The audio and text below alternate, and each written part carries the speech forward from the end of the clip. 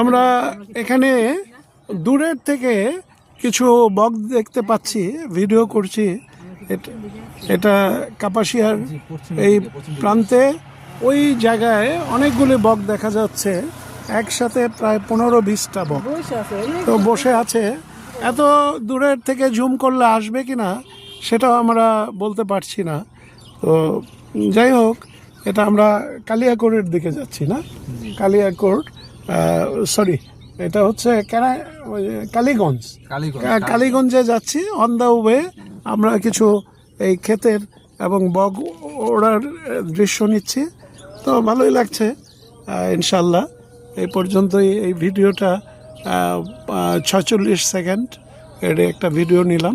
এখন জুম করলে যদি দেখা যায় এগুলি সকালে প্রায় 50-40টা বক একসাথে বকের পাল যাচ্ছিল।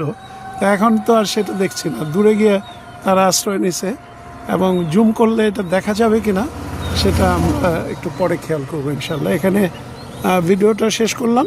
আসসালামু আলাইকুম ওয়া রাহমাতুল্লাহ, জাযাকাল্লাহ খাইরান।